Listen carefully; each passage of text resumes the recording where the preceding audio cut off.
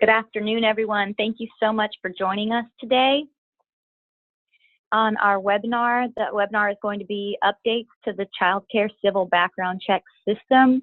This is going to be pretty similar to the webinar I gave April 3rd regarding the background check update. The webinar PDF slides are on Louisiana Believes website, and I'll show you exactly where towards the end of this webinar. And we're also going to record it and have the recording available in the newsletter. The first recording didn't quite work out due to some technical difficulties, probably on my end, but this one will be recorded and linked. And for those of you who don't recognize my voice, I'm Valerie Black. I'm the Director of the Child Care Criminal Background Checks for Louisiana Department of Education. We also will have times for questions at the end of the webinar. So you can put them in the chat box if you'd like, and I'll do my best to address those questions.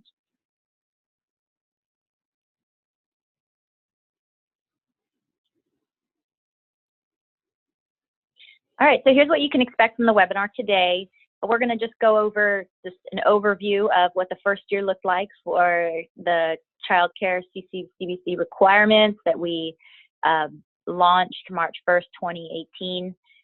We're going to go ahead and go over the list of the updates, high-level list of the updates for the Child Care Civil Background Check System. And then we're going to go into a detailed tutorial of each of those updates for you. And I'll also kind of go over the detailed functions of the entire system, because we might have some new directors on the phone, new director designees, who might just appreciate that little tutorial. And then I'm just going to go over the LDUE designated fingerprint locations. Just a little reminder, those fingerprint locations have changed a little bit in the last year. Some locations have shut down or moved, and some have changed their hours. Some may or may not be open during certain holiday times, which is an important thing this coming Easter holiday. So I just want to make sure that you all know to check each time you send someone, just do that quick check and make sure that fingerprint location is still good to go, and make sure that they're still open in those hours designated. We also have a couple new locations that I'm happy about to serve you. So please just make sure that you're checking those locations. And then I'll just kind of recap some resources we have for you that you might not know exist, or just need a friendly reminder that we're doing our best to provide resources for you. So I have one question. It just says, are we going to be able to print the slides at the end of the webinar?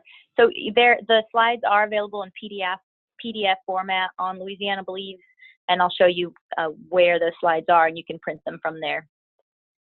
So year one overview, it's, as you all know, we started this new requirement for the Child Care Civil Background Checks in March 1st, 2018. We had a transition period there through September 30th, 2018, and that was because of a federal requirement tied to grant money that we very much need for serving Louisiana's children. And through that transition period, we captured the new background checks for all existing staff, and that's when we started the requirement for new hires. So since then, we've done 36,471 applications. That was just that year between March 1st, 2018 and March 1st, 2019. We have done quite a few since then. During that time, 229 applicants were determined ineligible, which is a good reminder. It just tells us, hey, this effort isn't in vain. We are keeping kids safe. There are some people there that, under federal requirements and state requirements, do not meet the bar for working with our children. Our most vulnerable children are infants through pre-K. So we are happy that we're doing this, and we take this work very serious.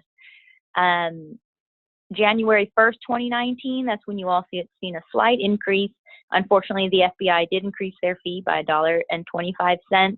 And so we had to pass that fee along. So you might have noticed that change recently this year. And As of right now, we have 27 LDOE designated fingerprint locations. We recently got a new one in Orleans. We have a new one in Bossier. Shreveport is switching locations to a location that I believe everyone will like more. We had a couple complaints there, and so we addressed them. So again, like I said earlier, please check those locations and make sure that that one is still a place to send your employees before you send them. And then we did have a couple minor child care CBC system updates, but nothing really to, inform the masses or have this overhaul webinar for you all to see these changes. But little by little, I've been getting feedback. Hindsight's 2020. We've been figuring out how we can be as efficient as possible for you all. And these changes are big enough where I feel that you all need a tutorial about these changes. And they're changes that you see. Some of the changes we've made in the past have been things that help us in the back office process, but these changes you'll see on your end. So it's important, of course, that you understand them. So just a high-level list of what these changes are. One of the first things you'll see is that visitors can now be checked using the applicant ID. So these are infrequent visitors. These aren't the service providers that come every Tuesday or every Thursday. Those, you add them to your roster. These are for the ones that you're using the check eligibility function. You can now use your applicant ID. And that is because some of these infrequent visitors weren't giving their driver's license or their social security number, or there might have been an input error and it was hard to find them by that information. And for security purposes, so we decided to add the option to search by applicant ID. Now there's also a check eligibility log available for providers and licensing specialists, which allows you to not have to print the screen that shows that you checked the eligibility for the applicant, and now there's a log that will show that you did on the date that that visitor came in. Providers can upload attachments after the application is submitted if necessary. This isn't always necessary. It's just something that we feel is useful, and it keeps the person determination, whether they're eligible or provisional. If there was a mistake on their consent form or something like that, now the option is there that we can get that attachment right into our system, as opposed to it being faxed or mailed or some other way. It goes right where it needs to be for us and for you, and you don't have to change determination in the meantime, which means that person can still work. So that was an important update for us and for you all. Number 4, the applicants that require other state checks may submit the forms through our CCCBC system, depending on the person's former state. Again, this is one of those things that we were partially within the CCCBC system and partially working outside of the CCCBC system. And so this update we're very excited about. It does make more work on the front end, but we also think that it'll help the processing time for people that have worked in another state. So I'm really excited about this change. And then another update we made is you'll see a new position title category, lead teachers. And this is a change that helps the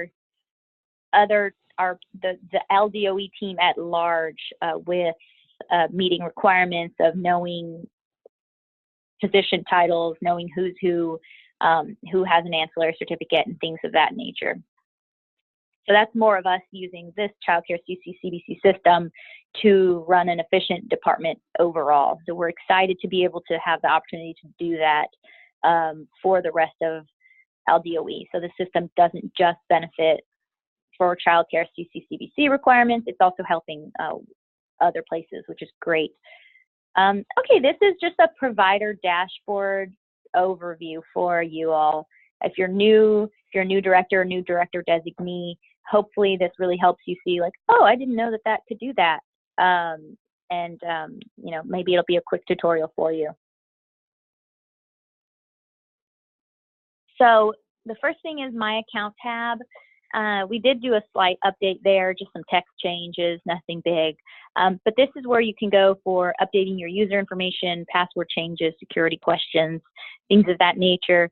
Now, you can update your address. This is not updating it with licensing in any way, shape, or form.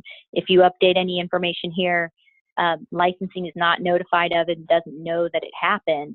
So this is not where you do like a change of location by any means. It's just your information, your personal profile. The notifications, it just logs the emails that we have sent to you through the system, the automatic emails. And then the outstanding invoices, this is important and I think really useful, and some people don't know about this. The outstanding invoices, you can actually pay the LDOE and DCFS fees in a batch here. So let's say you're about to hire 5 new people for summer camp or 5 new people right before school starts. When you put in their application, you can put it exit and pay later. And when you do that, when you're done, you can go to outstanding invoices and all 5 of them are there. And let's say you only have a certain amount of money in your bank account, then you can select, as you select them, the total that you're about to pay is calculated, and you can just select however many you want to pay for at that time. So again, outstanding invoices, I feel like it might be underutilized, and I want to make sure that you all know about it because I was kind of excited to help you pay in batch. Now, it doesn't do fingerprint fees. You can't pay fingerprint fees in batch, and that's for a very specific reason. As you see, this fingerprint icon over here is where you put fingerprint fees. It's tied to that person, and it's tied to that person because, unfortunately, in the child care industry, some people don't go get fingerprinted and change their mind. Well, at least you can recuperate, be credited that fingerprint fee. The other fees you can't. They're non-refundable. We start our work. But that fingerprint fee, if they never get fingerprinted, then that money can go back to you. And that's why it's so important that you pay individually and it's tied to that applicant. The new application tab, it has 2 functions. So it's a new child care CCCBC, but it's also a new person to add to your roster. So please think of it that way. And so whenever you have someone who comes in on a regular basis and you need to know when they become ineligible and they come in so regularly, you don't want to keep using the check eligibility function, then you add them to your roster. If you're confused of what to do between new application and check eligibility, please ask your licensing consultant and make sure you're both on the same page as far as what you're required to do. The check eligibility tab is for people that are infrequent visitors, such as class observers. You don't know what class observer you're going to get each time. You don't know necessarily when they're going to come, things like that. Inspections, other kind of visitors, then you use the check eligibility tab. And I'm going to go into those updates in a minute. The case log is where you can see everyone you've ever applied for through that center. And the licensing report is the same report that your licensing specialist has. Yours is just limited to your center. And it'll show the person's eligibility time. A lot of people ask me, if someone's eligible and no longer works for us, can I delete them, or is it somehow going to, is my evidence that they were eligible while they worked here, does it go away? And it doesn't. So you can delete them when they don't work for you anymore. They're not coming back, and they'll still show up in your licensing report. When you put in the time frames that they worked for you, it'll show that they were eligible during that time period. So don't worry, keep your eligible roster current. If they leave and are not coming back, you can delete them, and the licensing report will give licensing what they need. If they come back, you can just use the new application tab and add them again. And of course, all of these are specific to the center. So this screenshot in particular shows Brochard's Child Care Center. And so, whenever you want to see the other center, you got to pick it from there. And then check here for the fingerprint locations. Again, please click there because they have changed. I also wanted to just take a moment to remind you all that we do have to have these fingerprints submitted within 30 calendar days. If we don't have those fingerprint results in, then we generally make the person indeterminable. But also, Gemalto, our fingerprint vendor, cancels that fingerprint registration, which is good for you. If that person was never going to get fingerprinted, then you get that fingerprint fee back. However, if you wanted that person to get fingerprinted and they didn't, and you still need them, then you'd have to pay that fingerprint fee and the LDOE and DCFS fees, unfortunately. So we very much want to stress, especially coming into the summer months, that there is a 30-day time period in which you have to complete the whole fingerprint process from the application to getting fingerprinted. One of the updates here is this upload attachments function. And again, that's only if we tell you we still need something. You can upload the consent form there or the driver's license form. And so apologies to all of you who already know all of that, but let's go ahead and get into the new things for you. And I appreciate your patience as I inform some potential new directors, new director designees. All right, the check eligibility update. Again, we did this because some class observers and other visitors either didn't have the correct Social Security number or driver's license or didn't want to provide it. We feel the applicant ID is going to be something that gives another opportunity to make sure that these people get checked prior to entering your center, maybe a quicker, maybe more accurate, and definitely more secure. People are more likely to give you this random generated number than your Social Security number. So you still have to enter their date of birth. You still have to enter in the month, date, year, just the way it's shown there in that specific format. You can do the drop down here. It's got their social. It's got all the options it did, including applicant ID. Enter it select it there, enter it there.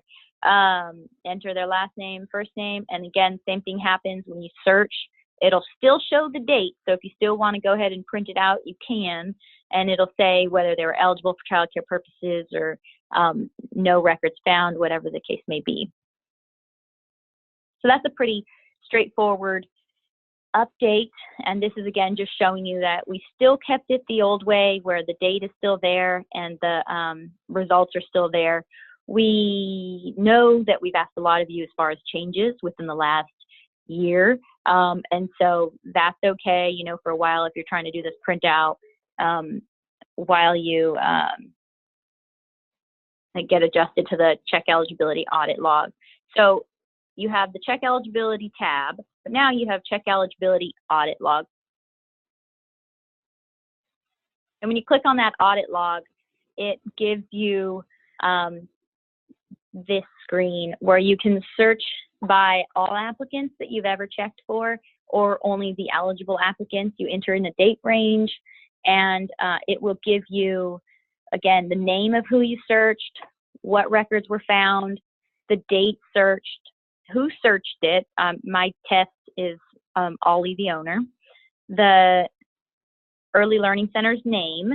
So you want to make sure that when you're checking, for those who have more than one center, that when you're checking that you are in the correct center so that it shows up where it needs to be, and the system ID, which is specific to your center. And if you want, you can also print. There's the save icon, a print icon, export. So those functions exist if you find them useful. So again, yes, you can still print, but it is also being captured by this audit log.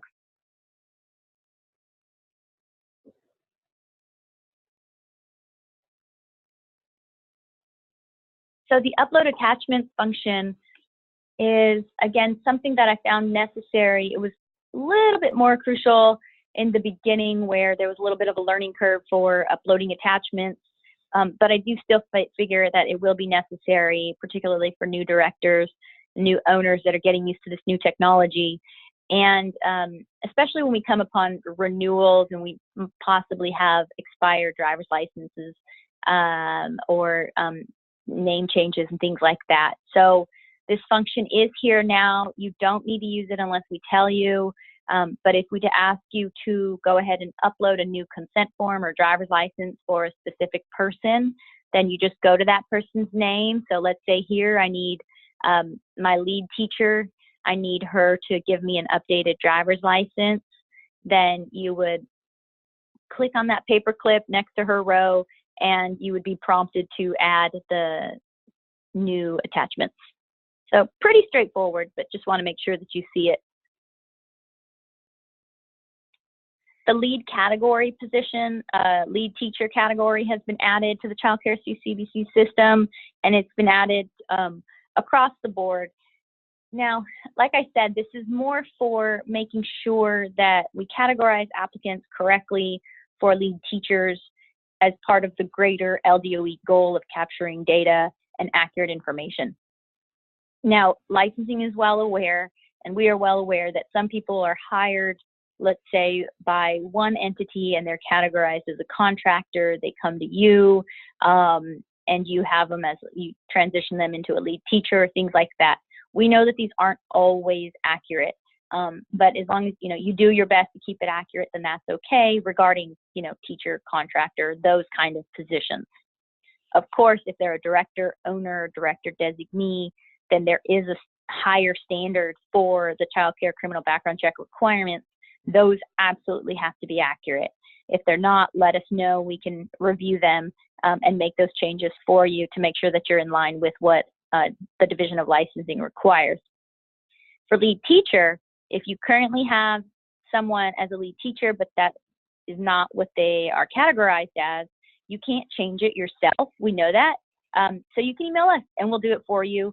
We definitely don't mind. The sooner you tell us, the better, because we have, as we go into summer and hiring season, we will have, we're expecting a higher volume of applicants.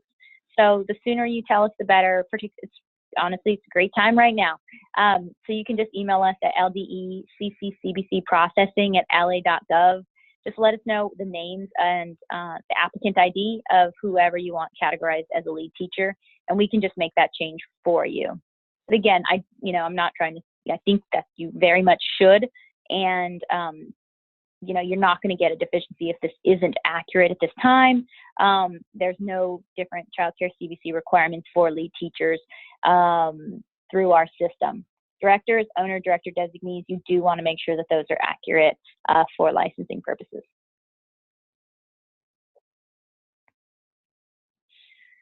So this is one of the bigger changes that you'll definitely see when you apply for someone who's lived in another state.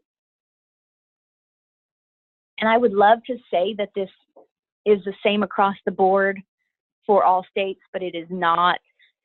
Unfortunately, we do our best to get all of the states on the same page, but we're not. We are all sovereign states. So basically, you'll see variances, and that might scare you, and I'm here to say that it's just because states vary from state to state. So in my example here, I tried to illustrate that. This is a person who I'm doing their application, and they have lived in the last 5 years in Baton Rouge, in New York, and in Alaska. And so this is now what you'll expect from someone who's lived in one or multiple states. The first thing is you'll get a warning that just lets you know there was an out-of-state address, and you might incur additional costs and documentation. You might have to upload some documents. Are you sure you want to proceed?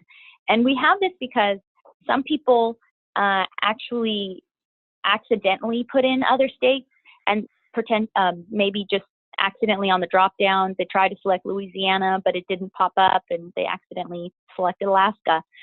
So this pop-up is for your own good, just to give you a little warning of what happened so you can correct that mistake. But if you didn't, and this person did live in New York and Alaska, they're now going to see this. Oh, I'm so sad that this box is a little funky. I converted this PowerPoint. So when you're sending out the forms,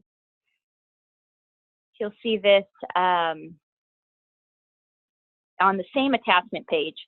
So where you upload your consent form and I'm going to just show you this screen.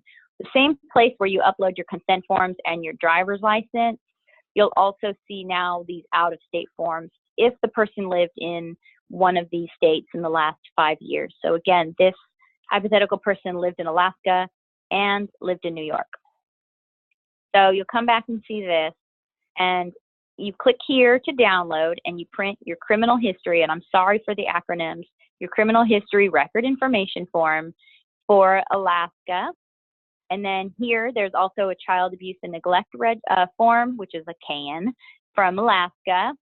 And that's where you would get those forms. And this green upload button is how you would upload them.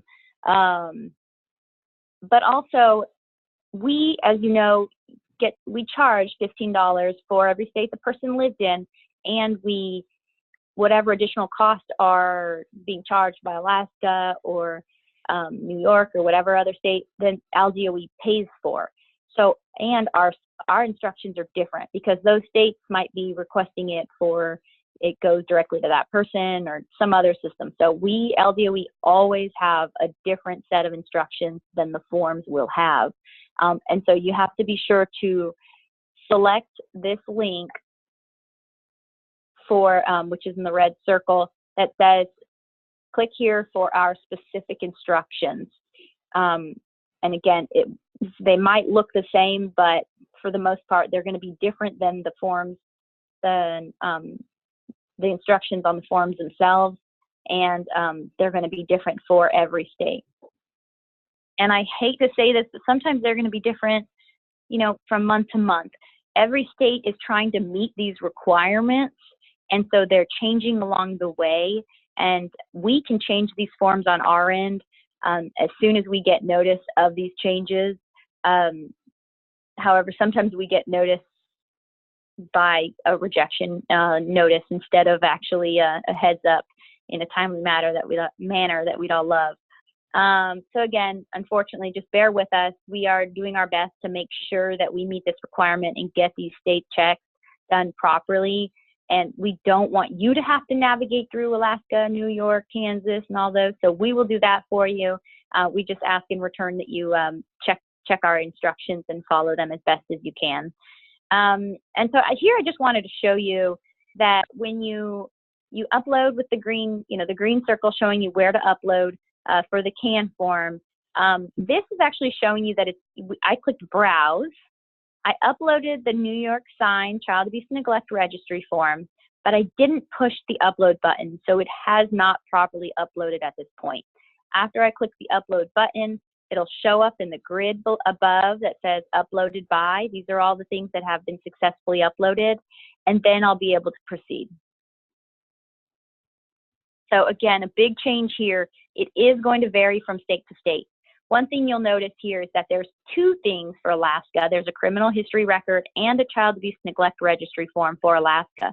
New York only has a child abuse and neglect registry form. We are still checking the criminal repository in some way, just not requiring a form for the applicant. So please don't be alarmed if we're not asking for something. It's just because that's something that we can do without needing anything from you or the applicant. This is just an example of what the instructions look like. Here it's for Kentucky, Kentucky's child abuse neglect registry form, and then there's also a Kentucky criminal history record information form. And these are different than the form. The form, of course, isn't going to say, let's send to Aaron Coker at Department of Ed. That's just what ALDOE specifically requires. All right, ALDOE designated fingerprint locations. Like I've said a few times, we've had some changes, some good. We have a new location in Bossier.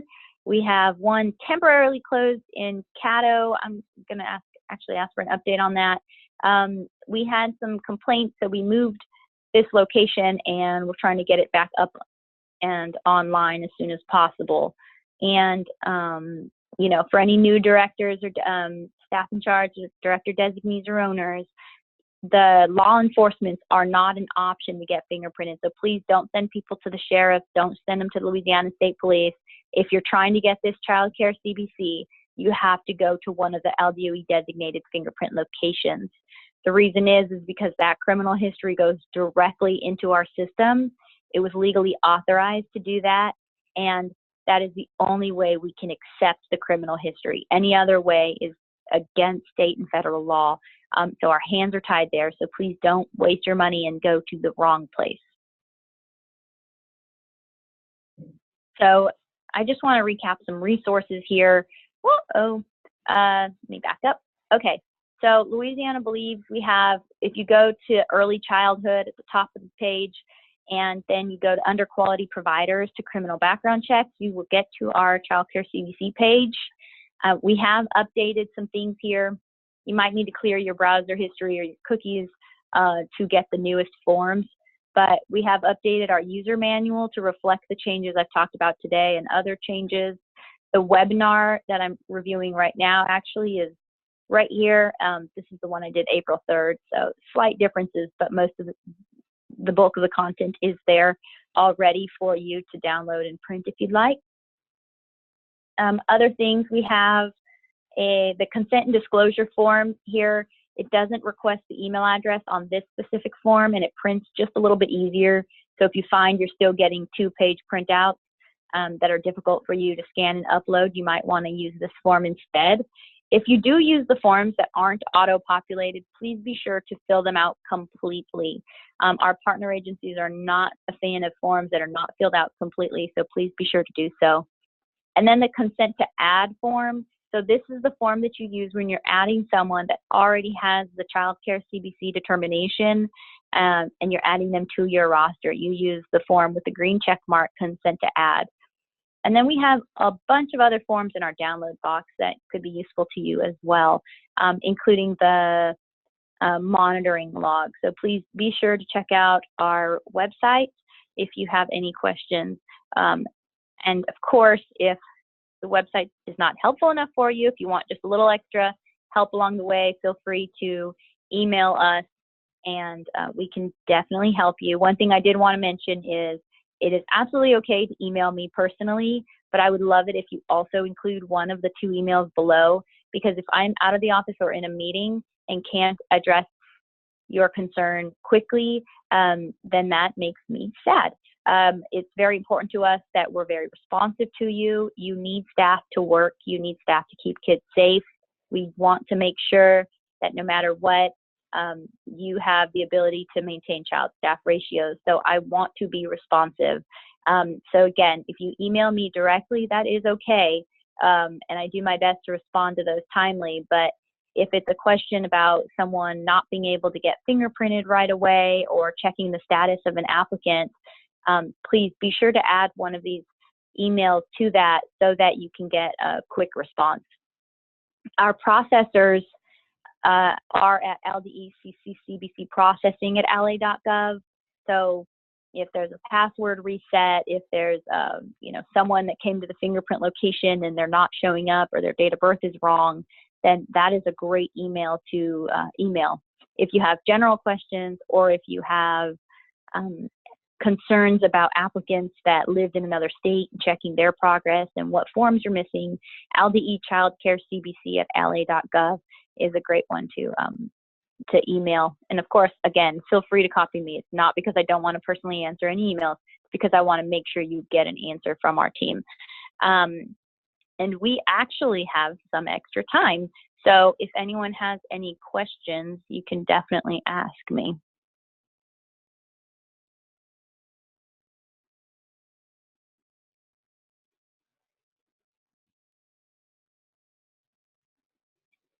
So let's see, I have a chat box up, and if I don't see any questions, we might be able to go ahead and give you some time to eat your lunch and enjoy nap time. And I, again, appreciate you all so very much for joining me, learning about these updates, and doing what you do every day, keeping children safe. If you have any concerns or questions, please be sure to email me, email my staff, and we will do our best to help you out. While you're going through the Child Care CBC system, if you see any room for improvement, we gladly take feedback. We're here for you. So please be sure to let us know what your experience is, and we'll do our best to make any changes. All right. Thank you all so much. Have a good day.